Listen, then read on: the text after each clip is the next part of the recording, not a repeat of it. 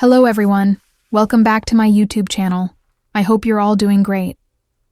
Today, I have an amazing pastry recipe for you. It's soft, delicious, and filled with a flavorful mashed potato and shredded mozzarella cheese filling. For the dough, 1 cup of hot water, ½ cup of oil, ½ cup of milk. 1 egg, but I set aside the yolk to brush on top. My egg had a double yolk.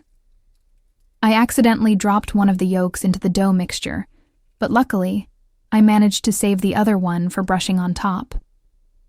I added 3½ cups of flour, 1 teaspoon sugar and salt, 1 tablespoon yeast. Then, I'll knead everything using my KitchenAid stand mix. For the filling, I chop 1 large potato and a small onion into cubes and add them to a pot. Since my potato is quite large, you can look at it and decide how many potatoes to use based on your own preferences. I add about 2 cups of water, or just enough to cover the ingredients, and then put it on the stove to cook until the potatoes are soft.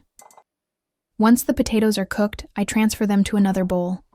Then I add my desired spices and 2 tablespoons of butter. While the potatoes are still hot, I mash them. My dough will be soft and ready. I divide the dough into 6 equal balls and let them rest for about 10 minutes. I take one of the dough balls and place it on a floured surface. Then I roll it out into a long rectangle shape. I roll out the other dough balls in the same way, and then pipe some of my mashed potato filling onto one end. I used a piping bag to make it easier to handle the filling. I also sprinkle some shredded cheese on top of the mashed potatoes, making sure the potatoes and cheese stay inside.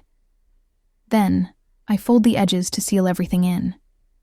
For the remaining open end, I use a pizza cutter to make small cuts all the way to the end of the dough, as you can see in the video.